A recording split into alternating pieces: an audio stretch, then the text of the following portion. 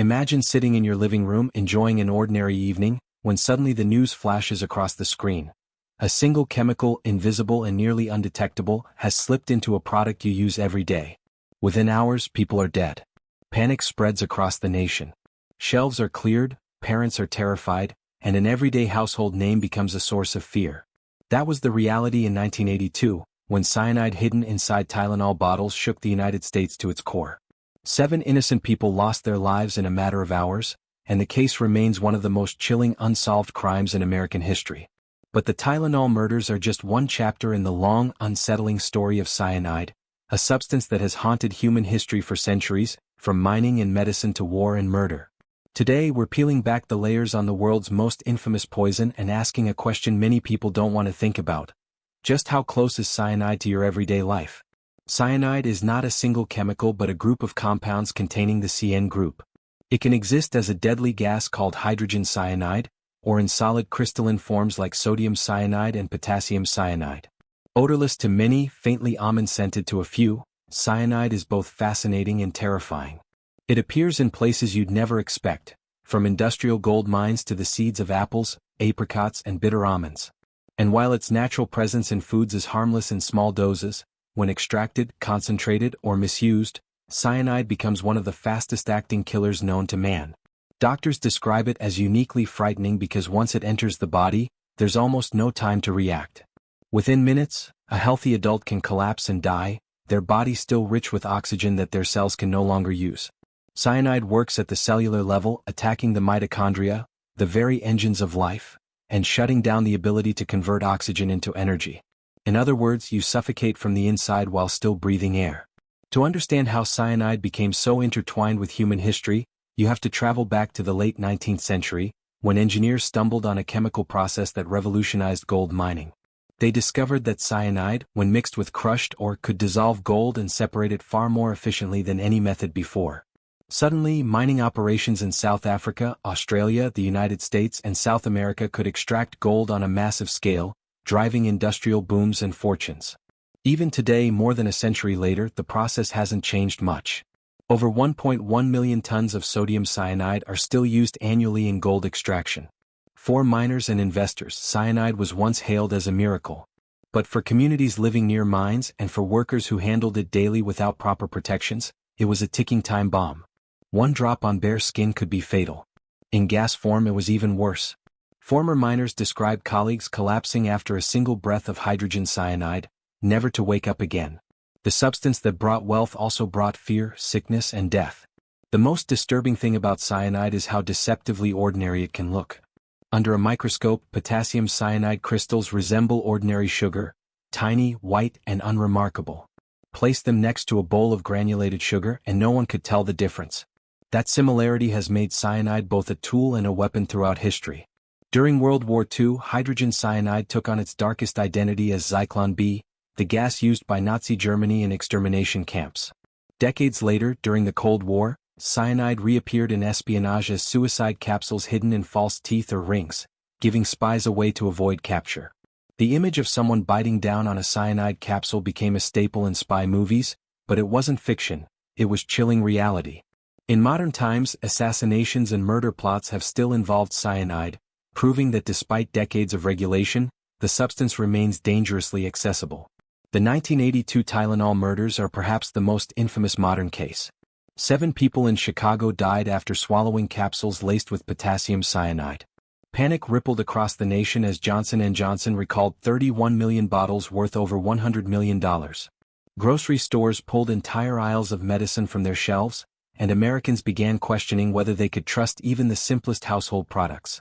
Although the killer was never caught, the crime changed the pharmaceutical industry forever, leading to the tamper-evident seals and packaging we take for granted today. The Tylenol murders weren't just a tragedy, they were a turning point in how America thought about consumer safety, and they cemented cyanide's reputation as the perfect silent killer. To see how quickly cyanide can strike, scientists demonstrate its reactions in secure toxicology labs. When a small amount of potassium cyanide is dropped into acid, hydrogen cyanide gas forms instantly, invisible to the naked eye. Within seconds, detectors scream and alarms go off, simulating the kind of exposure that can kill in real life. Experts warn that about 40% of people cannot smell the faint almond-like odor of hydrogen cyanide, meaning you could breathe it in without any warning. Imagine walking into a room, taking a deep breath, and never walking out again. That is the terrifying reality of cyanide poisoning. Yet, cyanide is not just an agent of destruction. Like many chemicals, it has a dual nature. In safe, controlled forms, cyanide plays a role in industry, medicine, and even nutrition. Vitamin B12, a nutrient essential to human health, actually contains cyanide bound in a form the body can break down harmlessly. Without it, we couldn't survive. Cyanide compounds are also used to make plastics, synthetic fibers, and pharmaceuticals. This paradox, that the same chemical can be both vital and deadly, adds another layer to its complex legacy. But the risks remain very real. In 2000, a dam at a gold mine in Baia Mare, Romania, burst, spilling 100,000 cubic meters of cyanide-laced water into rivers connected to the Danube. Fish died by the millions, drinking water for communities downstream was poisoned, and it became one of Europe's worst environmental disasters. Similar accidents have occurred across the globe, from Latin America to Africa, raising questions about whether the benefits of gold mining outweigh the environmental costs. And in illegal or small-scale operations, where safety standards are often ignored, the danger is magnified. Workers handle cyanide with bare hands, storage is haphazard, and accidents are tragically common. Even in everyday life, traces of cyanide are closer than most people realize. Apple seeds, apricot kernels, bitter almonds, and cassava all contain natural cyanide compounds. Normally, the amounts are tiny and harmless, but health fads encouraging people to eat large quantities of apricot kernels have led to poisonings. It's a reminder that nature itself can hide dangers in plain sight, and that natural doesn't always mean safe. In the United States today, cyanide production and use are tightly regulated, requiring permits, specialized equipment, and emergency safeguards. But black market sales have still surfaced, with criminals disguising cyanide as harmless industrial chemicals. The fear is not unfounded. Just a small vial in the wrong hands could devastate a community. In popular culture, cyanide's legacy has only grown. From spy thrillers to murder mysteries, the image of the fast-acting poison has captivated audiences. But behind the fiction lies a substance that is both deeply woven into our industries and forever shadowed by its potential for harm. Cyanide is the kind of chemical that embodies the duality of human progress, a tool that builds economies and sustains industries, yet also a weapon that has destroyed countless lives. Its story is one of invention, tragedy, survival, and warning. The truth is, cyanide isn't just a relic of history. It's part of our present, produced in massive quantities every year, essential to industries that shape the global economy. Yet its danger never fades. From the gold mines of South Africa to the shelves of an American drugstore, cyanide has left a mark that cannot be erased. It forces us to ask, in our quest for wealth, innovation, and power, how much risk are we willing to live with? And more importantly, how do we protect ourselves from the shadows of a poison that has followed humanity for centuries, often hidden in plain sight? Imagine sitting down at a bar, reaching for a glass of sparkling water, and not realizing that the very ingredient giving it a bitter kick once determined whether someone lived or died. Drinks are meant to refresh us, to entertain us, but some of the world's most ordinary beverages hide stories that are far stranger and more dramatic than we ever expect. A deadly poison, a life-saving medicine turned cocktail staple, and a sweet soda that calls itself beer, but contains no alcohol. Each one shows how history, science, and culture collide in the most unexpected ways. What you're about to hear isn't just about drinks, it's about survival, innovation, and the strange paths that turn something dangerous into something millions of people consume every day. Let's start with the darker side of the story. Few substances have terrified people the way cyanide has. Silent, colorless, and odorless for most people, it offers almost no warning before it strikes. There's no bitter taste, no obvious smell, nothing that would make you push the glass away before swallowing. That's what makes it so frightening. It hides in plain sight. Cyanide poisoning can stop the body from using oxygen, cutting off life in minutes. Historically, it has been used in assassinations and wars, and its reputation still chills the imagination today. Imagine finding a small vial of it right beside you. Would you recognize it? Would you know what to do before it was too late? Probably not, and that fear, that hidden threat, is what makes cyanide so infamous. But not every dangerous substance stays in the shadows. Some find a way into our daily lives, changing roles from medicine to refreshment. Take tonic water, that clear fizzy drink you'll find in every bar across America. On the surface, it's just another mixer, perfect with a splash of gin or even on its own with ice and lime. But its defining ingredient, quinine, was once the only thing standing between life and death in the tropics. Quinine comes from the bark of the cinchona tree, high in the Andes of South America. For the indigenous people of the region, it was nature's remedy against deadly fevers. When European missionaries and traders discovered its effects in the 17th century, they quickly spread the word. In a world where malaria was wiping out soldiers, sailors, and entire communities, quinine became nothing short of a miracle. But miracles don't always come easy. Quinine is bitter, so bitter that it can make your tongue tingle and your stomach turn after just a sip. To make it more tolerable, British officers stationed in India and Southeast Asia began mixing quinine powder with sugar, water, and gin. The result wasn't just easier to swallow, it was actually enjoyable.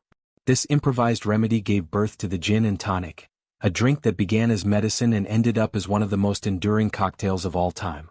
By the 19th century, beverage companies saw the potential. If quinine could be diluted to a safe level, it could be marketed not as a medicine but as a refreshing new soda. And so tonic water, once the bitter cure for malaria, became a staple of bars and kitchens everywhere. Even today, tonic water carries that strange dual identity.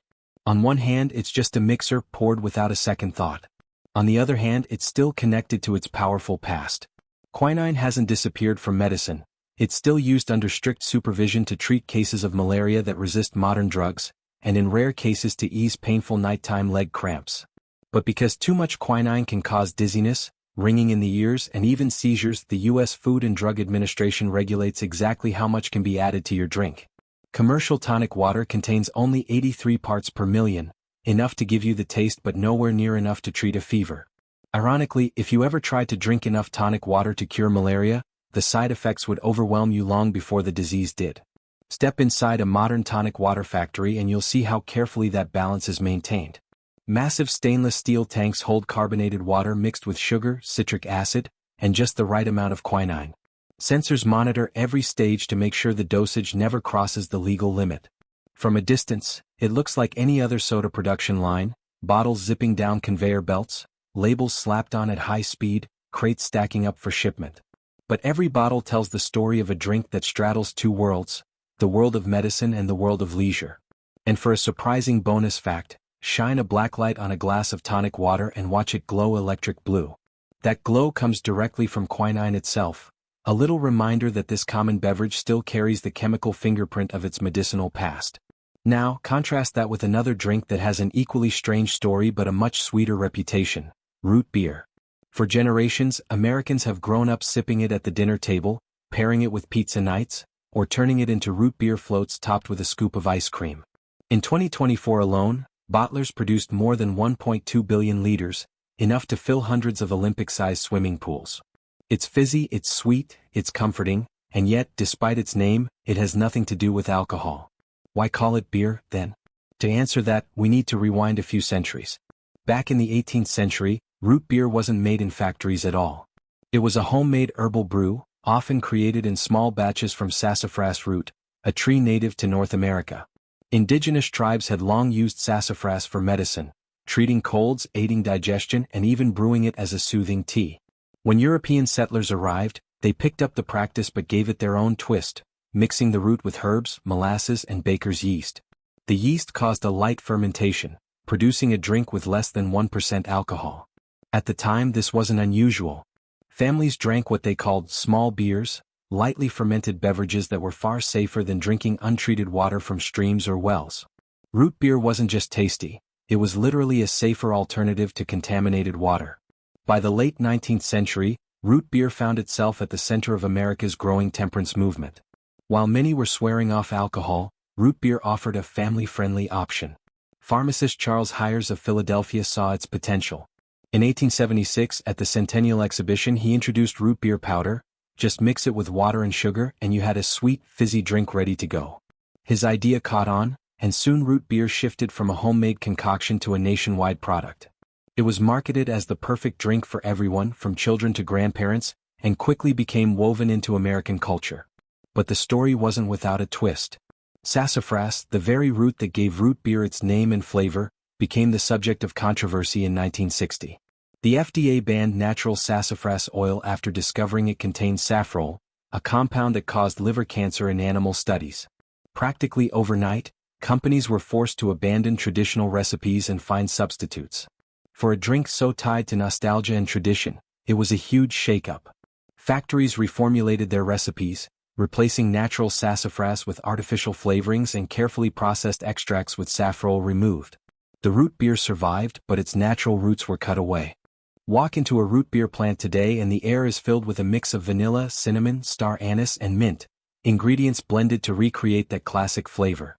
Giant tanks bubble with syrup and carbonated water before automated lines fill hundreds of bottles every minute. Labels evoke the Wild West or old soda fountains, sparking instant nostalgia. The result is a drink that feels timeless, even if its formula has evolved. Root beer is now completely alcohol-free, safe for all ages, and more associated with sweet childhood memories than with herbal medicine. Add a scoop of vanilla ice cream and you get the root beer float, an American invention from the late 1800s that still delights people today. From cyanide's deadly silence to quinine's life-saving bitterness and root beer's nostalgic sweetness, these stories remind us that even the most ordinary glass can hold an extraordinary past. Drinks aren't just drinks, they're history, science, culture, and sometimes even survival in a bottle. The next time you sip something fizzy and refreshing, pause for a moment and think, what hidden story might be in your glass? Would you dare to try root beer if you never had, just to experience a flavor millions of Americans call their national classic? Or would you rather stick with a gin and tonic, knowing the bitter edge in your drink once saved entire armies from malaria? Either way, behind every taste lies a story worth telling, and we've only just begun to explore them.